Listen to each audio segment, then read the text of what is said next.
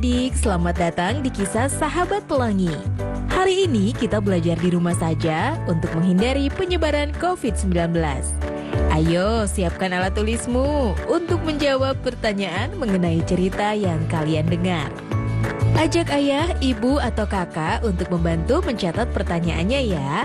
Nanti kerjakan tugas ini dengan bimbingan guru atau orang tuamu. Sekarang mari kita Sahabat Pelangi.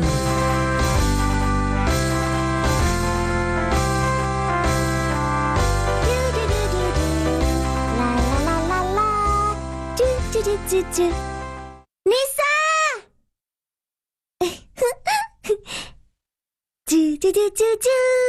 La la la. Na na na na. Hai, Tak. Lagi senang hati ya? Marta memang senang.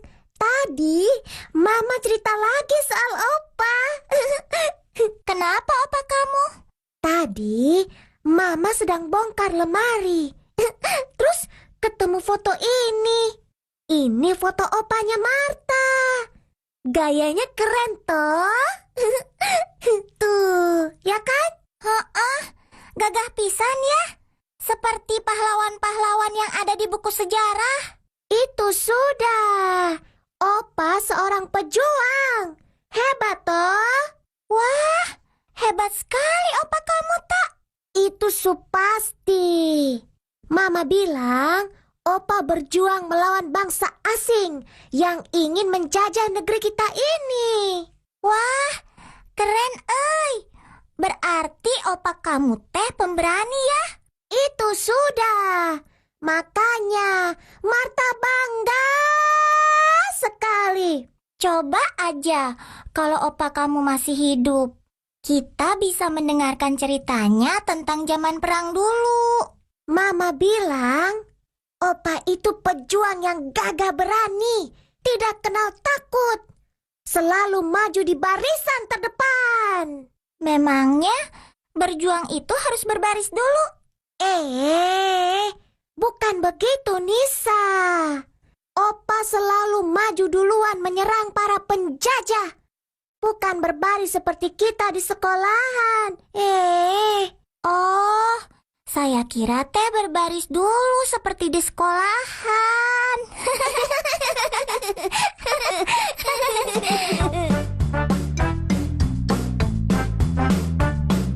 Ih, aku yang lebih pantas jadi tentara Indonesianya, Chan. Oh iya, aku juga pantas, Yon. Lihat nih, senjataku lebih panjang kan? Ya, justru itu. Senjata para pahlawan kita dulu kan seadanya aja.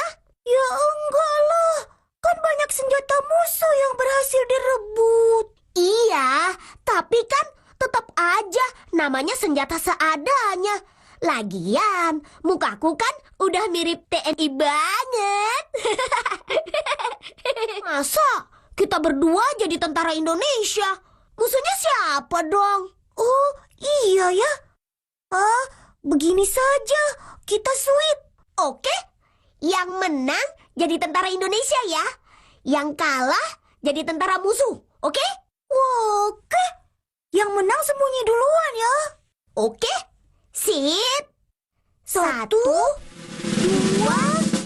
3. Yeay! Aku menang. Aku tentara Indonesia.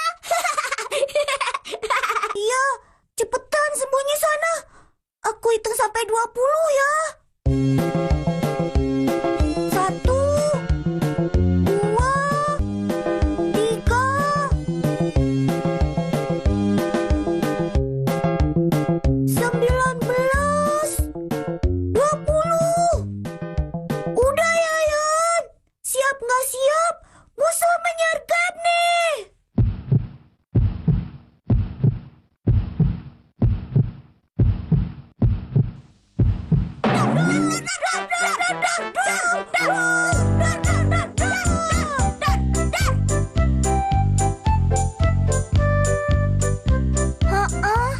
Acara kesenian dengan tema pahlawan. Terus kita mau menampilkan apa ya?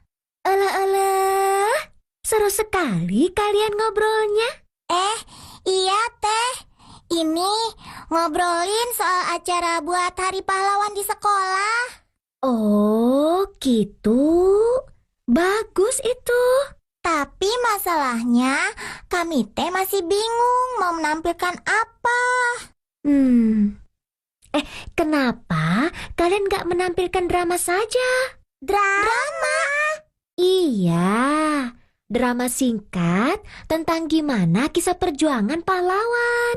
Lawannya siapa teh? Tadi Teteh dengar itu soal kakeknya Marta. Iya kakak. Marta punya opa itu pejuang. Ini foto opa. Tuh. Wah, iya. Hebat atuh. Gagah pisan ya. Iya kakak. Nah, kalau begitu kita bikin saja drama tentang perjuangan kakeknya Marta. Itu bagus. Marta setuju itu. Iya, bagus euy. Tapi gimana atuh caranya? Itu mah gampang. Nanti kakak minta tolong sama Kak Tio untuk membuatkan naskah dramanya. Terus kalian tinggal latihan deh. Yang melatih kita siapa kakak? Tenang, nanti kakak yang latih. Gini-gini teh, kakak dulu sering ikut melatih drama acara 17-an di wilayah sini. Iya benar.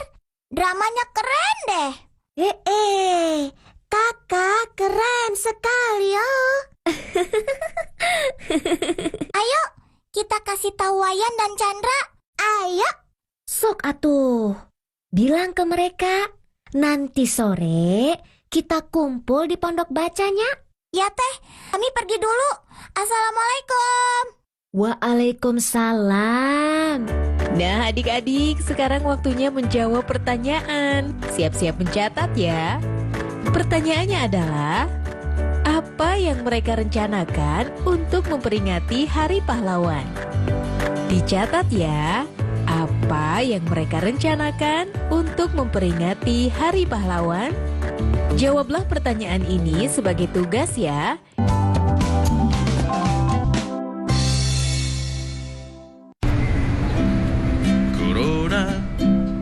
Corona, jangan ganggu aku. Ayo cuci tangan, usai bermain di luar. Ayo makan makanan sehat, serta buah-buahan. Ayo jaga kebersihan, cuci perkakasmu. Jangan lupa berolahraga agar badan tetap bugar. Berikan salammu dari jauh untuk teman tersayang. Berikan doa terbaik untukmu, teman-teman di rumah.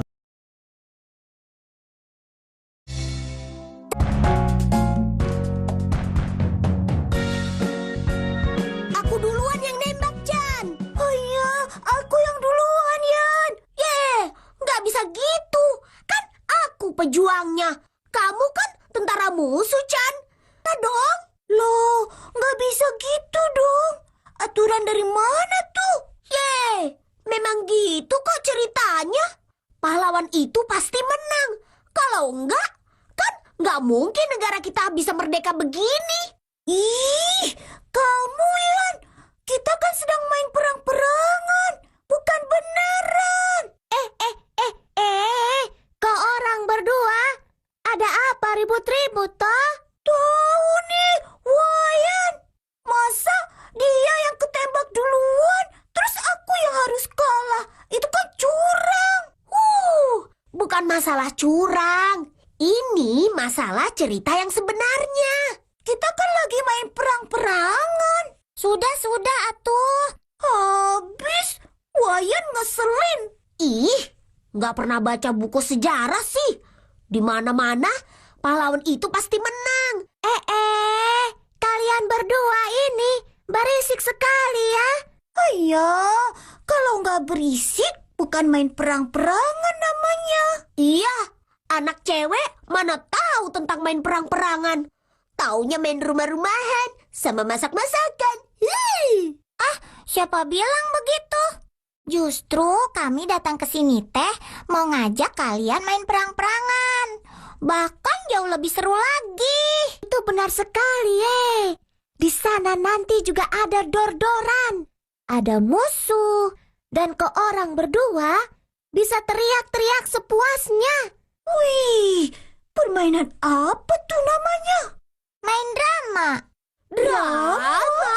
Permainan drama itu apa? Itu ada hubungannya dengan kue yang dilapisi keju dan coklat. Wih, sedap! Mau dong! Wayan, drama itu bukan makan. Ih, Wayan! Tuh benar kan? Ngeselin! Sudah ini teh serius. Kita minggu depan kan disuruh menampilkan acara kesenian. Betul. Kakak Dewi akan bantu kita nanti.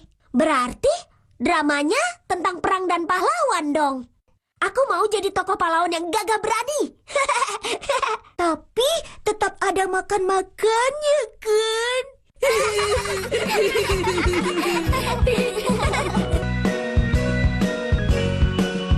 Halo semua, selamat sore. Nah, hari ini acara membaca buku cerita akan diganti dengan menonton film. Kalian lihat, dengar, dan perhatikan baik-baik film yang akan diputar ini, ya? Iya, Kakak. Proklamasi. Kami, bangsa Indonesia, dengan ini menyatakan kemerdekaan Indonesia. Hal-hal yang mengenai pemindahan kekuasaan dan lain-lain diselenggarakan dengan cara saksama. Bagaimana menurut pendapat kalian? Keren, Kak. Jagoan banget bangsa kita di zaman dulu ya. Iya, bener. Berani tapi jujur. Nisa sampai terharu dengan kesetiaan dan pengorbanan mereka. Marta tadi sempat mau menangis, Mereka juga setia kawan, toh. Semua yang kalian katakan itu benar. Film itu menunjukkan keberanian, kejujuran, kesetiaan, dan rela berkorban. Iya, Kak. Kakak, ini artinya kita akan berpura-pura jadi orang dalam tokoh cerita itu, kah? Benar sekali, Marta. Marta suka kakak. Itu seperti artis, toh. Marta kan ingin jadi artis. Alah, Marta. Katanya mau jadi penyanyi. Kok sekarang malah mau jadi artis? Kok semua tokohnya tentara pejuang, Kak? Nggak ada musuhnya ya? Yah, nggak seru dong. Nggak ada tembak-tembakannya, Kak. Iya, kakak sengaja fokus pada karakter para pejuang. Oh. Ya sudah, besok deh kita kumpul lagi di sini ya. Dan kita akan mulai latihan. Tapi ingat, besok itu kalian sudah hafal jalan cerita dan dialog naskahnya, ya? Siap, Kak. Nah adik-adik, sekarang waktunya menjawab pertanyaan. Siap-siap mencatat ya. Pertanyaannya, berikan 3 contoh sikap seorang pahlawan. Dicatat ya. Berikan 3 contoh sikap seorang pahlawan. Nanti jawablah pertanyaan ini sebagai tugas ya.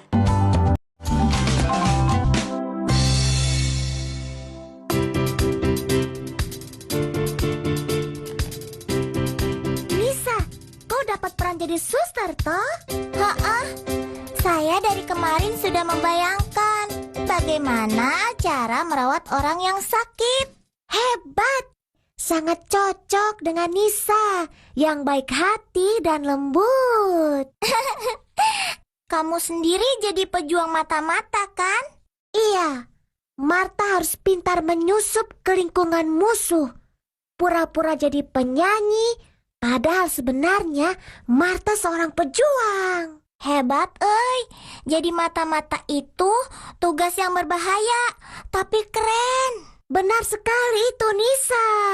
Kalau saya mah memang kepinginnya jadi dokter kalau besar nanti. Biar bisa merawat dan menyembuhkan orang-orang sakit. Itu sangat hebat, Nisa. Nanti kau akan dipanggil dokter Nisa, toh? Terus Marta gimana? Apa besarnya harus jadi mata-mata juga nanti? Ya enggak atuh. Kamu kan kepinginnya jadi penyanyi. Iya, betul, Nisa. Buruan, Yon. Ya, bentar. Tumben, kamu tepat waktu. Iya dong. Biasanya kamu telat terus. Iya, kan mau memperingati Hari Pahlawan. Terus, apa hubungannya? Ya, harus semangat pahlawan juga dong. Yuk, kita kemon. Ayo.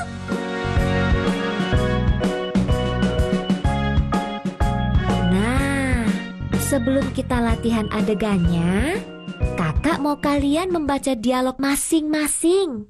Bacanya teh dengan gaya dialognya. Coba dimulai dari Wayan. Baik, Kak. Besok pagi-pagi sekali aku akan menyergap musuh yang melintas di perbatasan desa.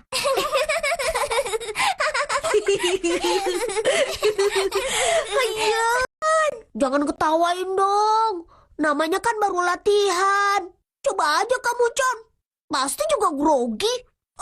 Siapa bilang? Dengar nih.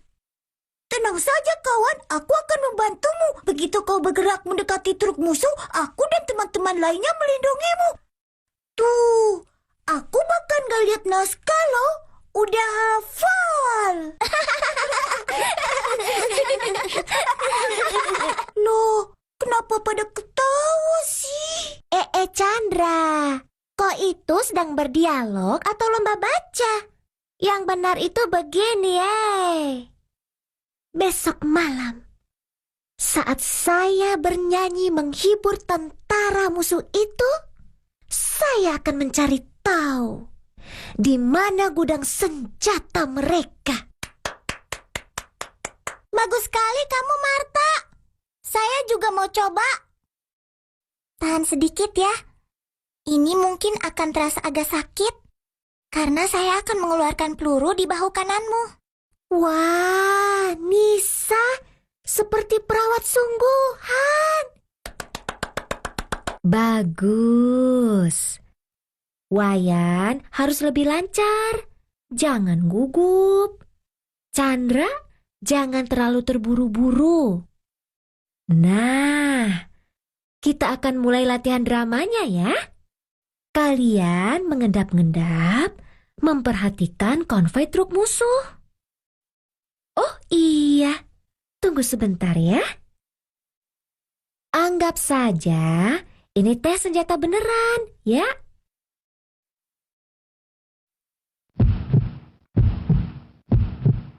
Yan, jangan buru-buru dong.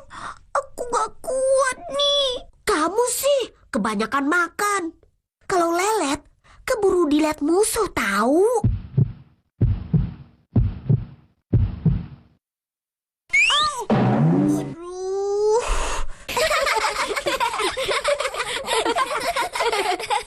Chandra, kau mau perang atau mau tidur kah? Habisnya, Wayan terlalu cepet sih. Kamunya yang lambat.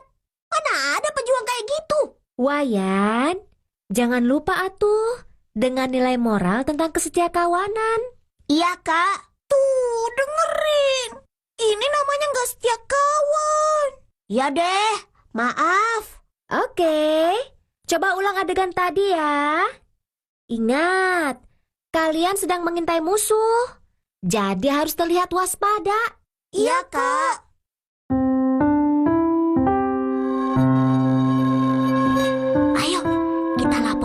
komandan. Ayo. Bagus. Adegan kedua, Nisa dan Marta. Ayo maju. Siap, Kakak. Kalian sedang berbincang di markas pasukan pejuang. Wayan dan Chandra, nanti kalian masuk di tengah perbincangan mereka. Siap, Kak. Nanti malam, kamu jadi nyanyi di markas musuh? Iya, jadi Hati-hati saja. Kamu seperti masuk ke sarang harimau. Tenang saja, ada teman-teman kita yang ikut menyusup sebagai pelayan. Kalau ada apa-apa, mereka akan langsung bergerak. Syukurlah kalau begitu. Saya jadi lega. Oh iya, dalam beberapa hari ke depan, kita tidak akan bertemu. Karena saya harus ke perbatasan desa. Di sana kekurangan tenaga medis. Kamu juga berhati-hati ya saat bertugas. Iya. cepet, Chan. Giliran kita. Iya. Merdeka! Merdeka!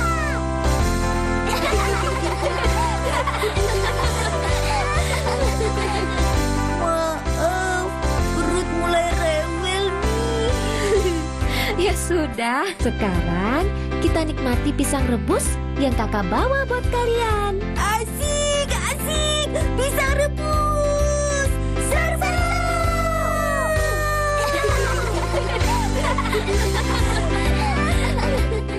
Nah, adik-adik, sekarang waktunya menjawab pertanyaan. Siap-siap mencatat ya. Pertanyaannya adalah, apa saran kamu untuk Wayan saat latihan drama agar tampil dengan baik? Dicatat ya. Apa saran kamu untuk Wayan saat latihan drama agar tampil dengan baik? Baik adik-adik, nanti kerjakan pertanyaan-pertanyaan yang sudah diberikan ini sebagai tugas ya. Jawablah pertanyaan dengan bimbingan guru atau orang tuamu ya. Sekarang adik-adik belajar di rumah saja bersama Nisa, Marta, Wayan, dan Chandra, para sahabat pelangi. Hanya di TVRI. Adik-adik, ingat selalu untuk rajin mencuci tangan dan menjaga kesehatan untuk mencegah penyebaran COVID-19. Sampai jumpa lagi.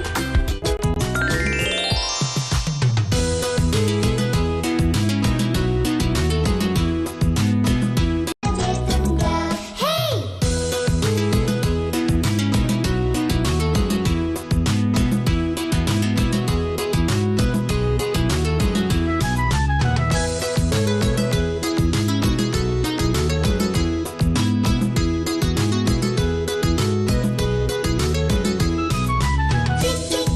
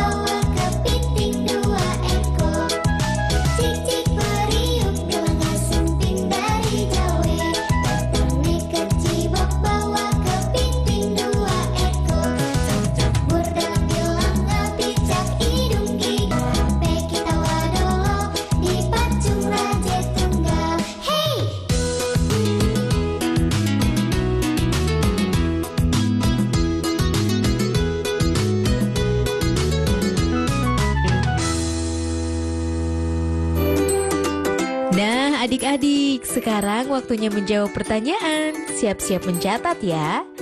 Pertanyaannya adalah, tuliskan apa yang kamu tahu mengenai baju adat dan lagu daerah Kalimantan Barat. Lalu ceritakan kepada keluargamu. Dicatat ya. Tuliskan apa yang kamu tahu mengenai baju adat dan lagu daerah Kalimantan Barat. Lalu ceritakan kepada keluargamu. Baik adik-adik, nanti kerjakan pertanyaan-pertanyaan yang sudah diberikan ini sebagai tugas ya. Jawablah pertanyaan dengan bimbingan guru atau orang tuamu. Sekarang adik-adik belajar di rumah saja sambil menyimak bermacam dongeng dan budaya dari berbagai daerah di Indonesia yang hanya ada di TVRI tentunya. Adik-adik ingat selalu untuk rajin mencuci tangan dan menjaga kesehatan untuk mencegah penyebaran COVID-19. Sampai jumpa lagi.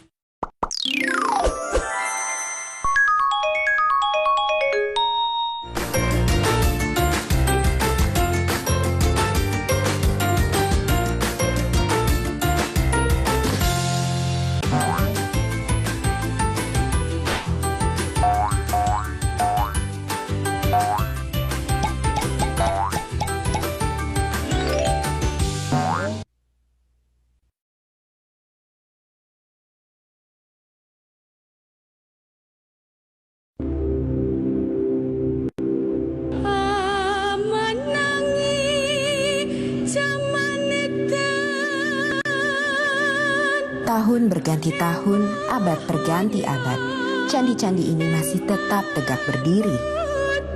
Di mata para penghikmat sejarah dan kebudayaan Jawa, candi-candi ini tak hanya menjadi pembawa kabar dari masa lalu tentang warisan peradaban yang tinggi. Candi-candi ini juga merupakan jejak pengetahuan tentang Jawa, baik yang terlihat maupun yang tak terlihat. Halo teman-teman, hari ini kita kembali belajar di rumah untuk menghindari penyebaran COVID-19. Kali ini kita belajar dengan menyimak sebuah tayangan tentang kebudayaan Javanologi dan Ronggo Warsito. Yuk kita simak bersama sambil siapkan alat tulismu untuk menjawab pertanyaan nanti ya.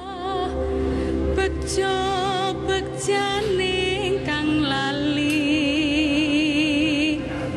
luwih bejo kang eling lawan. Segenap pencapaian kebudayaan dan kesusastraan Jawa tidak diraih begitu saja dalam waktu yang singkat. Prosesnya dapat dilacak hingga Majapahit, bahkan era sebelumnya. Dalam titian waktu, Mataram dari kejayaan kebudayaan dan kesusastraan Jawa. Jawa pernah mengalami masa gemilang, mulai dari zaman Majapahit. Nah itu kemudian ada krisis dan kemudian akhirnya berdiri Mataram. Nah saya itu Mataram lebih melihat ke dalam. Ya. Nah waktu itulah mulai sebenarnya dugaan saya dan pikiran saya proses pemurnian peningkatan kebudayaan Jawa. Nah itulah apa yang dikatakan mulai periode yang disebut orang asing the Byzantine period of the Japanese history. Jadi zaman Bizantium dari sejarah Jawa ketika Jawa lebih sibuk memperhalus kebudayaannya. Nah, itulah baru mulai sebenarnya bahasa Jawa bertingkat-tingkat itu. Dulu bahasa Jawa satu saja. Penghalusan kebudayaan pada zaman Mataram berdampak pula pada aspek ekonomi. Orang-orang Jawa yang sebelumnya banyak menjadi nelayan dan disinilah dimulai era Jawa yang agraris. Salah satu indikator perubahan zaman itu nampak pada Pranoto Mongso. Bentuk formal penanggalan Jawa ini mulai diperkenalkan sejak akhir abad ke-17. Kalender ini merupakan panduan bagi para petani dalam mengerjakan sesuatu agar tak mengalami kerugian. Dari sinilah waktu waluku atau membajak sawah ditentukan. Akan tetapi, penanda bagi para petani dan Jogja dan Surakarta malah pecah dengan Mangkunegara dan pemerintahan kolonial yang sangat buruk. Pemerintah kolonial menekan petani dengan memaksa menanam hasil komoditas yang seluruh pada pemerintah. Ditambah dengan para pejabat lokal yang haus akan harta dengan menjilat penguasa, menyebabkan rakyat miskin menderita kelaparan yang menjurus pada meningkatnya angka kematian. Setelah Mataram pecah dari hal tersebut ternyata menguras habis kekuatan ekonomi pemerintah Belanda itu. Nah, untuk mengatasi itu semua Belanda kemudian 19 terakhir Jogja juga dipotong dengan paku halaman ya. Itu Jawa makin lihat ke dalam. Dan lagi juga Jawa yang berkeliaran sudah tidak ada lagi. Dulu waktu perang di Ponorogo itu sebagian besar mungkin di Ponorogo itu orang berkeliaran keliling itu. Kemudian setelah Belanda berkuasa, Jawa itu kan dikenakan kultur stelsel harus menetap. memang pada pertengahan abad ke-19 terjadi perang yang begitu banyak ya. Tidak hanya di Jawa, di Sumatera Barat ada perang Patri, di Jawa Tengah, di Jawa lah. Itu ada perang di Ponorogo dan juga ada gejolak yang luar biasa di Belanda juga ya, di dalam negeri. Sehingga bisa kita dipahami oleh beberapa ahli sebagai istilah tanam paksa. Memang kultur stelsel itu dia mempunyai satu program yaitu kultur stelsel, yaitu sebetulnya semacam peraturan di bidang pertanian ya, dan kemudian kebutuhan untuk mencukupi biaya perang mereka. Selama 19 di Jawa itu banyak sekali pemberontakan. Tidak hanya diperuntukkan untuk mengembalikan kekuatan ekonomi Belanda yang pada saat Hindia Belanda yang pada saat itu memang betul-betul bankrupt, bangkrut mereka oleh karena kebutuhan. Tidak hanya di Ponorogo itu perang besar, tapi sesudah itu masih hampir tiap tahun sampai akhir abad 19 sampai tahun 20 sampai tahun 10 itu sudah perang itu. Ini pemberontakan desa. Itu sebagian besar dipimpin oleh para ulama desa. Jadi yang kira kecil adanya perang terbuka antara pemerintah kolonial Belanda dengan para pribumi Jawa, makalah satu lembaga yang dinamakan 1900 masih ada satu di sana berontak-berontak. Nah, untuk mengatasi itu, untuk mengatasi adanya konflik-konflik dan memperkurangi konflik. Yang kedua, memberikan bekal kepada para administrasi pada pegawai Belanda yang bekerja di Jawa. Kan Head Institute for the TAL itu sebagai lembaga yang bertujuan untuk mengetahuan. Jadi Javanologi adalah set pengetahuan dan keterampilan tentang kebudayaan Jawa. Itu arti Javanologi. Di dalam pemahaman dengan terhadap kebudayaan lokal yang baik, itu diharapkan mampu mengurangi konflik. Itu sebenarnya tujuan awal daripada lembaga itu. Bejo bekaning kang lali.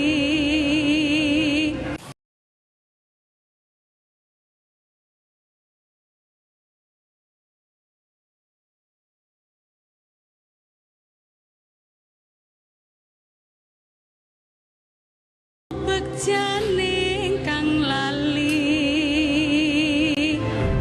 Head Institute for the Javanschaft Surakarta yang didirikan di Surakarta pada 1832 oleh Johann Friedrich Karl Greka adalah sebuah lembaga kebudayaan yang mempelajari sastra dan kebudayaan Jawa.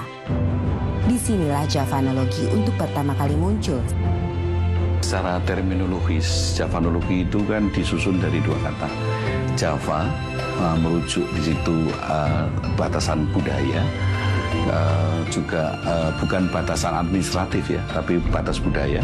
Dan logos itu pengetahuan, yang bahkan wajib itu mengetahui, yang notabene semua itu menjadi butir-butir yang paling menonjol kebudayaan Jawa, falsafah Jawa. Dia harus tahu. Head Institute for the Javanschaft itu bidang-bidang yang dipelajari di sana adalah bidang sastra. Mempelajari bahasa entah kaitannya dengan pemerintahan ataupun juga dengan nanti kaitannya dengan sastra, tapi mempelajari bahasa daerah kalah jajan itu sangat penting. Karena itulah pemerintah Belanda juga mendirikan semacam lembaga pendidikan bagi para pegawai untuk mempelajari bahasa.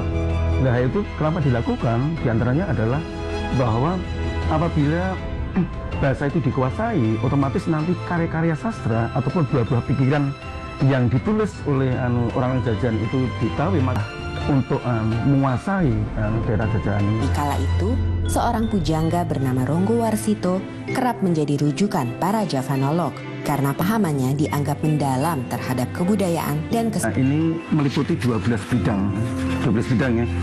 Ada bidang kesastraan, ada bidang pendidikan, ada bidang pengetahuan bahasa, ada bidang filsafat. Jadi ada 12 bidang. Nah, yang paling banyak itu kesastraan itu 24 judul. Ronggo Warsito adalah seorang tokoh. Ada bidang pedalangan, pengetahuan alam, bidang seni suara, babat. Nah, ramalan atau jonggo itu hanya 2, Jokolodang dan Jolbewio. Munculnya sastra Jawa baru jenis keguritan. Karena sebelumnya bisa dikatakan ada karya sastra itu hanya puisi dan prosa. Puisi adalah tembang, prosa adalah gancaran.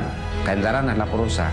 Sedangkan yang kategorinya itu keguritan adalah puisi, tetapi bukan tembang, itu belum ada. Yakni di dalam Serat Jokolodang, yang itu dikategorikan tembang bukan, tetapi dikategorikan prosa bukan. Dan secara kebetulan di dalam satu bait tulisan awal dari Serat Jokolodang itu juga ada sandiasmonya. Kalau dibaca dari atas ke bawah, suku kata yang pertama akan berbunyi Ronggo Warsito Boso Kadaton, sedangkan yang suku kata terakhir setiap baris bila dibaca dari atas ke bawah akan berbunyi Boso Kadaton Ronggo Warsito. Zaman dulu kan segalanya kan sensitif ya, apa-apa saja mungkin bisa dilaporkan ke Belanda, sehingga kan Belanda kan sangat berkuasa atas Sunan, dan Sunan mungkin juga ada pikir-pikir kalau ada warganya atau penggawa keraton itu yang menentang pada Belanda. Makanya ya salah satu cara di dalam mengungkapkan hal seperti itu dengan cara simbolis. Mangkyo derajating praja kawuryan wasunyaruri rurah pangrahing ukara karana tanpa palupi. Hatilar silastuti sujono sarno kelu kalulun kala tidha tidem tandaning dumadi hardayeng rat tining karoban rubedo. Ini adalah sebetulnya awal dari itu jelas mengkritisi kondisi kerajaan saat itu. Punya raja, rajanya itu juga sekti, rajanya juga punya kewibawaan, pegawai-pegawainya baik. Tetapi kondisi saat itu tidak menyelesaikan masalah, huru-hara dan sebagainya. Sebagai pujangga Keraton Surakarta, Ronggo Warsito memelihara hubungan baik dengan para Javanolog. Salah satunya adalah Carl Friedrich Winter. Sebegitu datang di Jawa ini dan ketemu si Ronggo Warsito, ternyata dia adalah seorang sastrawan, dia seorang yang cinta atas budaya Jawa, dalam hal ini sastra.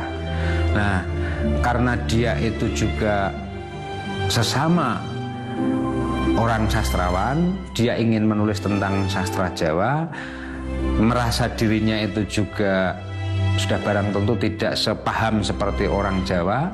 Melihat seorang Ronggo Warsito itu pujangga keraton yang juga sebetulnya sudah memasyarakat, artinya orang luar pun bisa dekat dengan Ronggo Warsito, dia berguru, berteman, lalu sebagai seorang sahabat yang sama-sama menggeluti tentang budaya Jawa, dalam hal ini adalah sastra Jawa. Kalau kita lihat kronologinya, sebetulnya hubungan mereka itu pasca Yavanologi itu sudah berpindah ke Delft dan kemudian ke Leiden ya.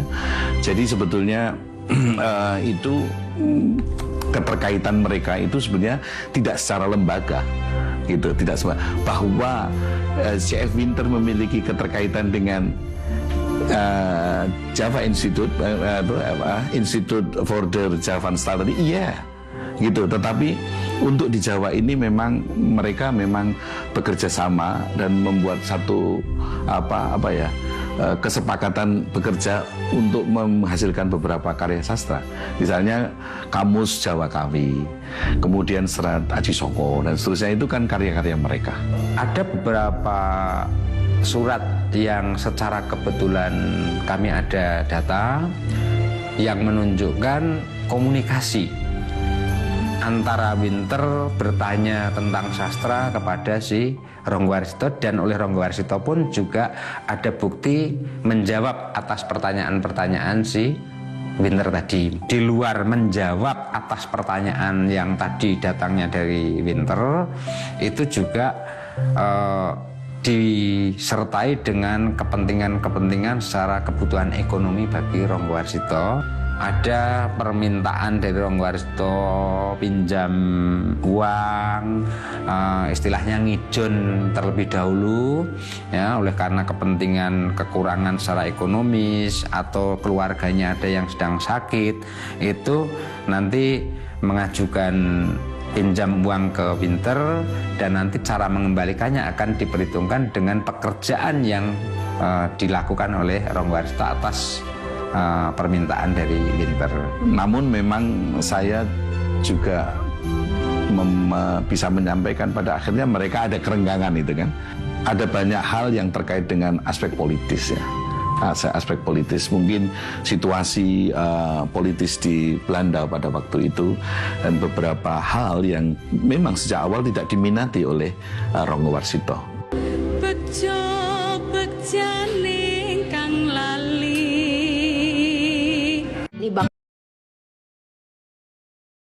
bejane kang lali. Dalam esainya yang legendaris, Javanology and the Age of Ronggo Warsito, Kenji Tsuchiya menulis bahwa pujangga memainkan peran ganda ketika Javanologi Barat masuk. Di satu sumber informasi bagi para Javanolog Eropa, sementara di sisi lain tetap sebagai orang yang memiliki pengetahuan esoteris mendalam, di mana pengalaman kebatinan Jawa menjadi sumber utamanya. Hal ini kerap dibaca sebagian kalangan sebagai suatu bentuk kontestasi paradigma. Walaupun materi kajiannya sama, tetapi paradigmanya berbeda, ia akan menghasilkan suatu analisa yang bisa berbeda. Dalam hal ini, paradigma orang-orang Jawa memiliki perbedaan dengan paradigma orang-orang Belanda. Sebenarnya background Ronggo Warsito itu adalah budaya Jawa yang begitu organisme. Nah, sementara Winter, walaupun dia seorang turunan seorang Indo, tetapi dia tetap darah-darah yang barat, pemikiran yang mekanistik itu cukup kuat, sehingga kadang-kadang antara organismik dan mekanistik ini kadang-kadang terdapat perbenturan gitu. Saya melihatnya seperti itu. Desa Palar, Kecamatan Trucuk, Klaten menjadi tempat persemayaman terakhir Ronggo Warsito. Semasa hidupnya, ia sering mengunjungi desa ini yang menjadi tempat sanak familinya berada. Tidak hanya Ronggo Warsito, makam C.F. Winter juga berada di sini. Setelah pada 1984 makamnya dipindahkan dari kompleks pemakaman Belanda di Jebres, Surakarta atas izin Presiden Soeharto. Pada hari-hari tertentu, makam Ronggo Warsito banyak dikunjungi para peziarah. Daya tarik Ronggo Warsito sebagai pujangga besar memang tidak hanya terdapat semasa ia hidup. Bahkan hingga hari ini, setelah sekian lama ia wafat, pesona itu tak memudar. Dan pasca wafatnya Ronggo Warsito, masih tersimpan begitu banyak arsip tentang Jawa, salah satunya sastra di negeri Belanda. Arsip-arsip ini yang sebagian besar berisi tulisan-tulisan Jawa membuktikan peradaban Jawa yang tinggi. Namun sayangnya justru tidak dipelajari dan dimiliki oleh orang-orang Jawa itu sendiri. Sejak 1842, Javanologi sebagai lembaga sudah tidak lagi berada di Jawa. Namun, secara individu, para Javanolog masih aktif dalam melakukan penelitian dan pengkajian. Salah satunya adalah Pisho. Karya terbesarnya berjudul Java in the 14th Century yang terbit sebanyak 5 jilid. Karena kedalaman kajiannya, ia dikagumi oleh para pemikir Jawa. Satu di antaranya adalah Profesor Sudarsono. Pada waktu itu saya diutus ke negeri Belanda untuk kerjasama antara Indonesia dengan Belanda. Lalu kemudian ketemu Dr. Pisau, itu gambarnya Dr. Pisau. Lalu kemudian saya senang sekali saya mendengar saudara Sudarsono menggantikan saya. Wah, saya juga bangga sekali dianggap menggantikan dia. Karena Dr. Pisau itu luar biasa. Nulis kamus bahasa Jawa, orang Belanda. Kalau nulis kebudayaan rakyat. Tahun 2011, di Universitas Negeri 11 Maret Surakarta, berdiri pula Institut Javanologi yang berada di bawah naungan Lembaga Penelitian dan Pengabdian Masyarakat. Institut Javanologi ini bergerak di bidang kajian budaya, bahasa, dan sastra Jawa. Akan tetapi, walaupun bernama Javanologi, namun orientasinya sangat berbeda dengan Javanologi yang dibuat di Belanda dan di Yogyakarta. Pada era Belanda, tujuannya sudah saya sampaikan tadi adalah memberikan bekal pengetahuan kepada para pegawai-pegawai Belanda, orang-orang Eropa untuk masuk ke Jawa.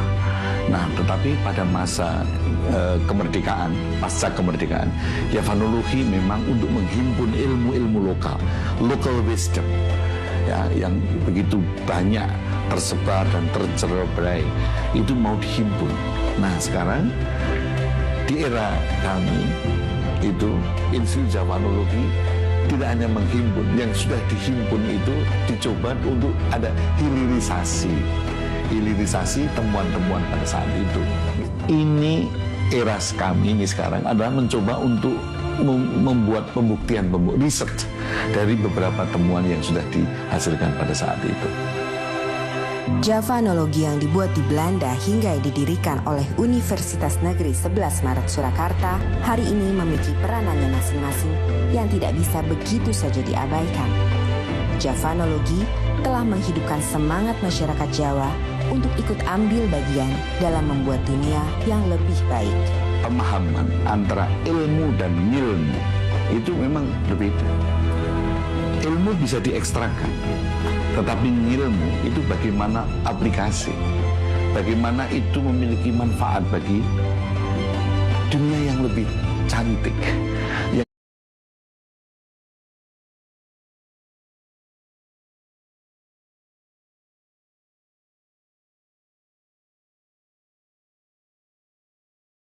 Lebih harmonis. Bagaimana teman-teman setelah menyimak tayangan tadi? Mari kita bersama-sama menjawab pertanyaan berikut ini. 2. Jika ditemukan di suatu daerah di Indonesia, peninggalan dan orang asing ingin menggali peradaban tersebut, apa yang akan kamu lakukan? Oh iya, jangan lupa untuk tetap